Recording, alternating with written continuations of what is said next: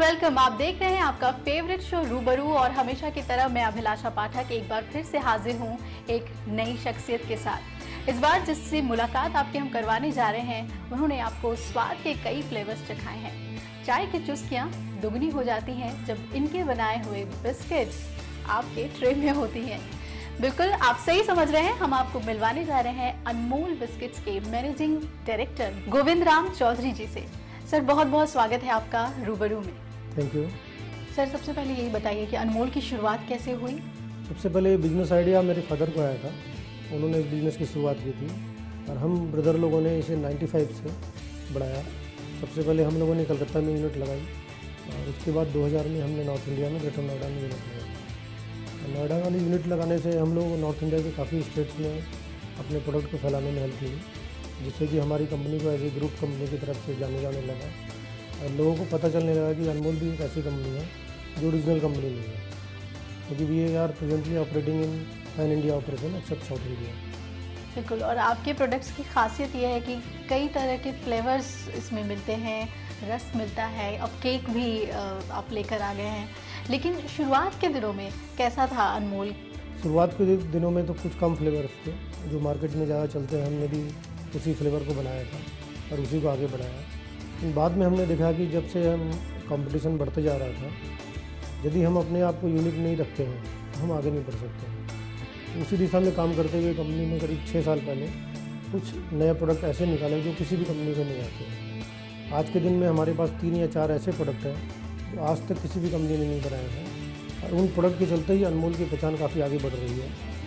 गोविंद राम जी से हमारी बातचीत जारी रहेगी। आइए नजर डालते हैं अनमोल के सफर पर।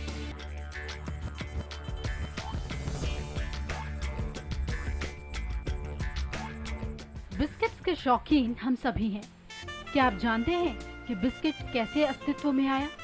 बिस एक लैटिन शब्द है जिसका मतलब है 2 बार और कोक्टस से किट शब्द निकला जिसका अर्थ है बेक यानी सेकना, यानी 2 बार सेक कर बनता है tasty crunchy biscuits. Shri Baijnath Chaudhary के नेतृत्व में जब अनमोल बिस्किट्स ने मार्केट में कदम रखा तो राह इतनी आसान नहीं थी। स्वाद और ब्रांड कंपटीशन के दौर में अनमोल ने न सिर्फ 10 साल में ही बाजार में अपनी पकड़ बनाई, बल्कि नए नए फ्लेवर्स के बदौलत कंज्यूमर के फेवरेट भी बने। ईस्ट जोन से शुरुआत कर अनमोल बिस्किट्स नॉर्थ जोन में भी पकड़ बना चुका है। बिस्किट मार्केट में अकेले अनमोल का 10% का हिस्सा है। कोलकाता और ग्रेटर नोएडा के बाद अनमोल ने पटना में भी फैक्ट्री खोली है, जिसकी बदौलत इनका टर्नओवर 1000 करोड़ रुपए तक पहुंच चुका है। अनमोल लगातार अपने कंज्यूमर्स के लिए नए और सेहतमंद बिस्किट्स पेश कर रहा है, जिनमें ग्लूकोज, कोकोनट, टी बिस्किट और डाइजेस्टिव बिस्किट्स के अलावा 23 स्वाद के बिस्किट्स बाजार में उपलब्ध हैं। अनमोल ने अपनी लोकप्रियता को देखते हुए केक भी मार्केट में उतार दिए हैं। अनमोल ने सेहत और हाइजीन को सबसे ज्यादा प्राथमिकता दी है, जो इनके फैक्ट्री में साफ तौर पर देखा जा सकता है। रॉ मटेरियल से लेकर बिस्किट्स के बनने तक की प्रक्रिया की जांच क्वालिटी कंट्रोल डिपार्टमेंट करती है। The good manufacturing practices (GMP) और hazard analysis of critical control points (HACCP) के जरिए अनमोल ने क्वालिटी और विश्वसनीयता को बरकरार रखा है, जिसकी वजह से अनमोल BSI और ISO सर्टिफाइड है। अनमोल एग्रीकल्चर और processed food exports development authority (APIDA) और federation of Indian export organisation का भी सदस्य है। विकास के पथ पर बढ़ते अनमोल को प्रतिष्ठित हलाल सर्टिफिकेट भी दिया गया है। चौधरी परिवार ने अनमोल को एक मुकाम देकर नए व्यवसायियों को ये संदेश दिया है कि सपने भी सच होते हैं। फ्लेवर्स पर कैसे काम होता है? क्या आप कस्टमर्स को कांटेक्ट करते हैं, उनसे जानने की कोशिश करते हैं कि आप किस तरह के फ्लेवर्स पसंद करते हैं, या फिर आपकी कोई रिसर्च डिपार्टमेंट है? इसके बारे में कुछ बताइए। फ्लेवर्स में 2 तरह से काम होते हैं, या तो हम बाहर से फॉरेन से कोई बिस्कुट का सैंपल ले आए और उसे हम कॉपी कर लें, ये एक होता है जो बहुत ईजी जरिया है। दूसरा फिर हमारी R&D टीम काम करती है, जिसमें बेसिकली देखा जाता है इंडियन टेस्ट के हिसाब से। इंडियन टेस्ट में क्या क्या चीज़ ऐसी मिलती है जिसको भी हम बिस्कुट में कन्वर्ट कर सकते हैं। R&D टीम को किसी भी प्रोडक्ट को डेवलप करने में 6 महीने लगते हैं और 6 महीना में जब डेवलप होती है तो उस प्रोडक्ट को हम ट्रायल करते हैं मार्केट में 2 या 3 महीने में। तो आप ये समझ लो किसी भी एक प्रोडक्ट को मार्केट में लाने में साल भर पूरा लग जाता है। बिल्कुल, हम अगर भारत की बात करें तो हम फ्लेवर्स के लिए जाने जाते हैं और वो चीज़ आपके प्रोडक्ट में नज़र आती है कि फ्लेवर्स है, महक है।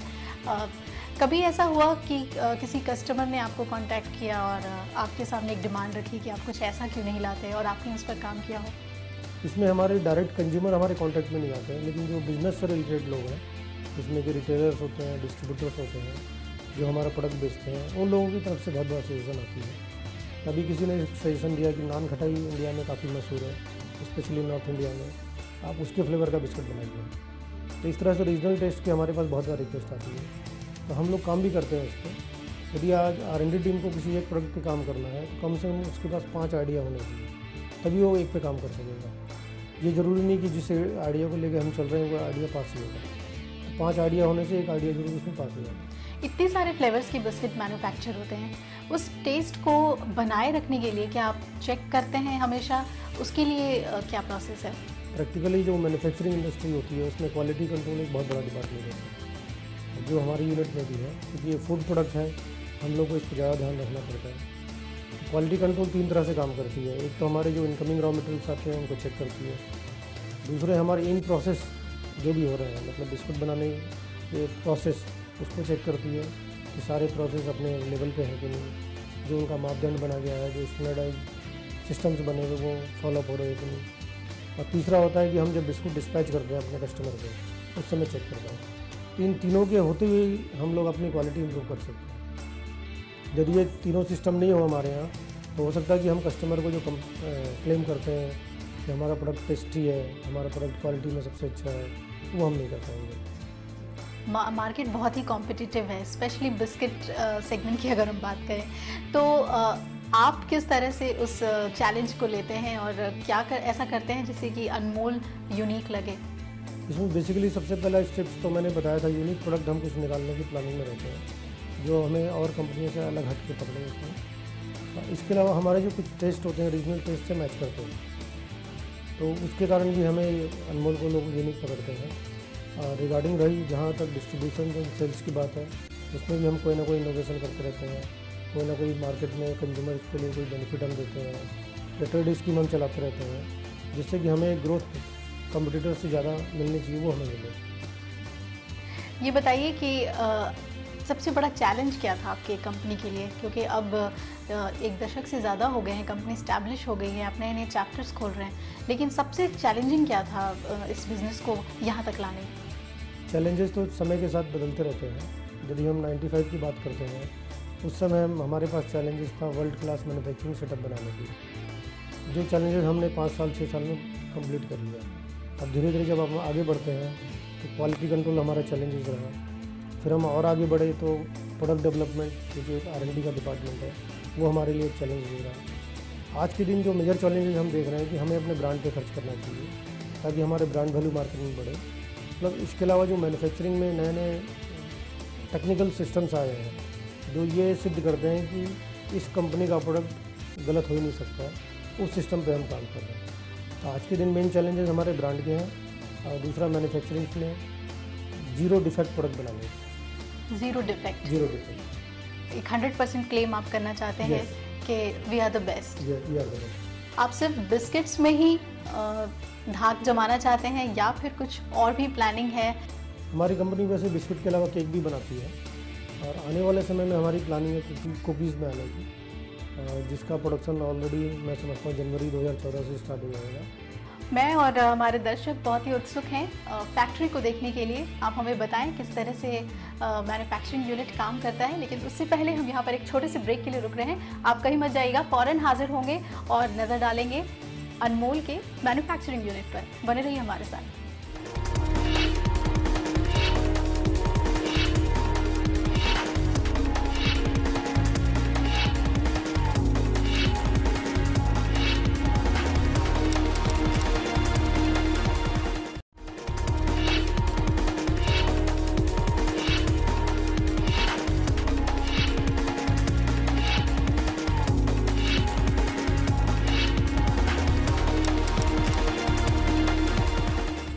बैक। आप देख रहे हैं रूबरू और हमारे आज के खास मेहमान हैं श्री गोविंद राम चौधरी जी, अनमोल बिस्किट्स के मैनेजिंग डायरेक्टर। इस वक्त मैं खड़ी हूँ अनमोल बिस्किट्स के ग्रेटर नोएडा मैन्युफैक्चरिंग यूनिट में और यहाँ बहुत तेज खुशबू आ रही है बिस्किट्स के बेक होने की।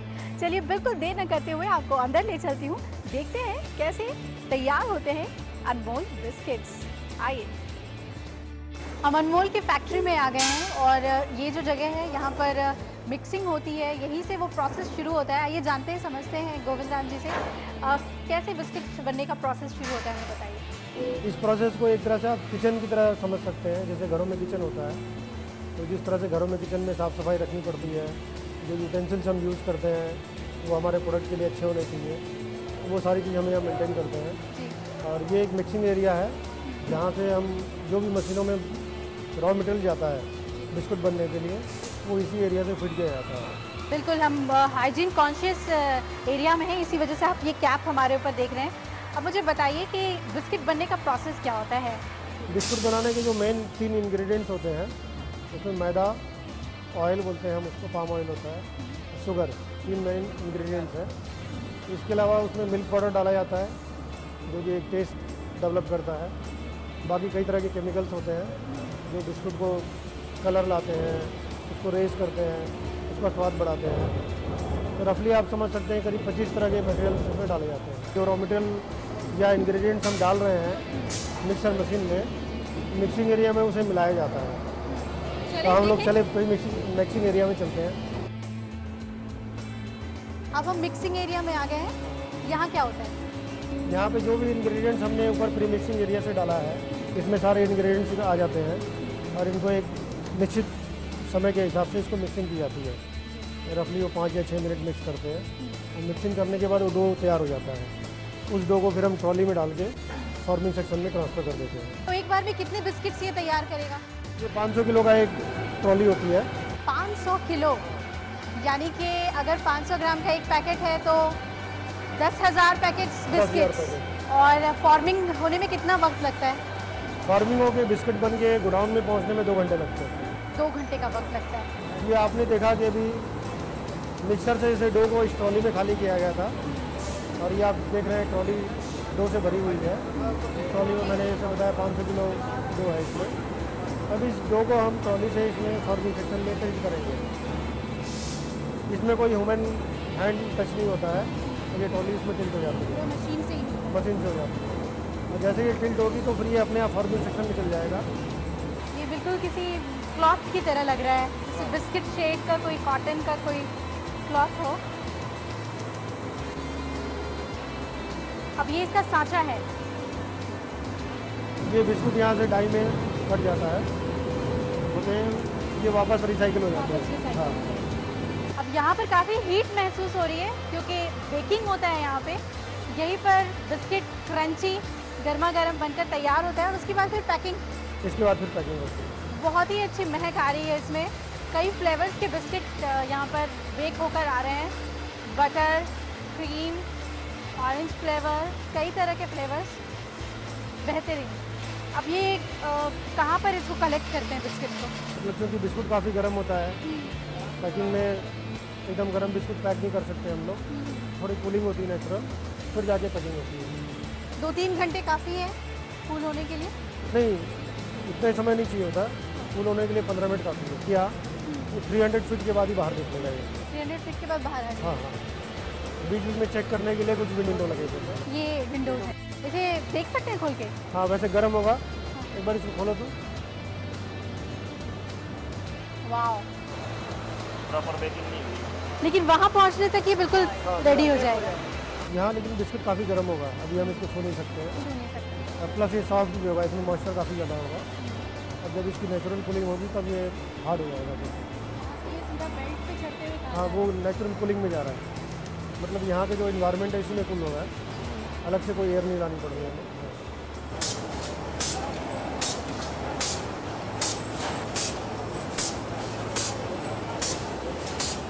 ये आपने देखा कि किस तरह से बिस्कुट ओवन के बाद निकल के कूलिंग कन्वेयर में ठंडा हुआ बिस्कुट उसके बाद इन मशीनों में आ जाता है। ये मशीनें पैकिंग मशीन को फीड करती है। ये पूरा ऑटोमेटिक सिस्टम है, इसमें कोई हैंड टच नहीं होती है इसमें। आप देख सकते हैं किस तरह से आ रहा है। पहले पूरा उसमें कवर हो जाता है, बाद में फिर बाद में काटा जाता है। ये कटिंग हो रही है। जब कवर होता है तो उसमें भी एक सीलिंग होती है बीच में, वो यहाँ पे होल्ड करने के लिए। वो यहाँ पे हो रही है। कितने यहाँ पर वर्कर्स काम करते हैं? यहाँ 1000 वर्कर्स काम करते हैं। एक शिफ्ट में 1000? नहीं, दोनों शिफ्ट मिला के। अब इसके बाद ये फाइनली कार्टन में पैक हो जाता है। कार्टन में पैक हो जाता है। अपने वर्कर्स को आप क्या सिखाते हैं, या जब कभी भी इस तरह से इंस्पेक्शन पर आते हैं तो क्या बात उन्हें बताते हैं? हम वर्कर्स को यही सिखाते हैं कि जिस तरह से आप घर में अपना खाना बनाते हैं, जिस तरह से आप अपनी सफाई घर में रखते हैं किचन में, वही चीज़ आप फैक्ट्री में भी मेंटेन करें। जो अल्टीमेटली ये प्रोडक्ट भी फूड प्रोडक्ट है, कोई ना कोई तो इसको खाएगा, यूज़ करेगा। तो उन सब चीज़ों को ध्यान में रखने के लिए हम कहते हैं। बहुत खान पान की चीज़ में अगर सफाई बरती जाए तो उसका स्वाद दोगुना हो जाता है, क्योंकि वो सेहत को भी लगता है। यहाँ पर हम एक छोटा सा ब्रेक ले रहे हैं, आप कहीं मत जाइएगा, क्योंकि ब्रेक के उस पार हम चौधरी साहब की पूरी फैमिली से मिलेंगे और उनसे जानेंगे कि इस बिज़नेस में उनका कितना इंटरफेरेंस है, कितना लगाव वो रखते हैं। ये सारी बातें, तमाम बातें हम आपको बताएंगे एक छोटे से ब्रेक के बाद। देखते रहिए रूबरू।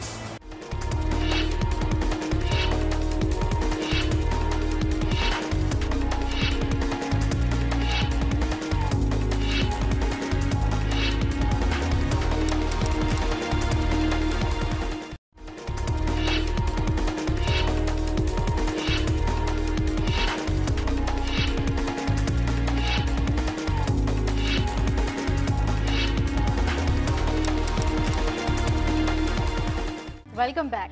आप देख रहे हैं रूबरू और हमारे आज के खास मेहमान श्री गोविंद राम चौधरी जी, जिन्होंने बहुत ही कम समय में अनमोल बिस्किट्स को एक मकाम दिया और आज हर घर में बहुत ही पसंद से इस बिस्किट को खाया जाता है, पसंद किया जाता है और धीरे धीरे ये एक अच्छे ब्रांड की तरफ, बड़े ब्रांड की तरह स्टैब्लिश हो रहा है। लेकिन इन सब के पीछे जो सपोर्ट होता है, जो साथ होता है, वो परिवार का है और इसीलिए हम उनके घर पे पहुंच चुके हैं। उनकी वाइफ, उनके बच्चे, सभी लोग यहाँ पर हैं। बहुत बहुत स्वागत है आप सभी का। सुनीता चौधरी जी, बड़े बेटे अमन, पलक बिटिया और राधेश, बहुत बहुत स्वागत है आप सभी का रूबरू में। सर, आपकी शादी कैसे हुई, उसके बारे में कोई? हमारी शादी एक अरेंज मैरिज थी, जैसे सभी लोगों की शादी होती है वैसे हमारी हुई है। तो चूँकि दोनों हम कलकत्ता से ही थे। क्या पसंद आई बात आपको? पुरानी बात होगी ना, 23-24 इयर्स। आप नहीं चाहती आज ये याद करें इस बात को? नहीं, बस देखने में सुंदर, फेस कट अच्छा था इनका, हाइट भी अच्छी थी, तो ये हमें अच्छी लगी इसलिए। जी, आपने क्या पसंद किया? मुझे भी इनका नेचर वगैरह सब बहुत अच्छा लगा, फैमिली बहुत अच्छी लगी। उनके बेटे भी हमारे साथ हैं, अपने बारे में कुछ बताइए, क्या कर रहे हैं आप लोग? मैं तो अभी इंजीनियरिंग कर रहा हूँ, दिल्ली कॉलेज ऑफ इंजीनियरिंग से इलेक्ट्रिकल एंड इलेक्ट्रॉनिक्स इंजीनियरिंग कर रहा हूँ। मेरा 4th ईयर है अभी।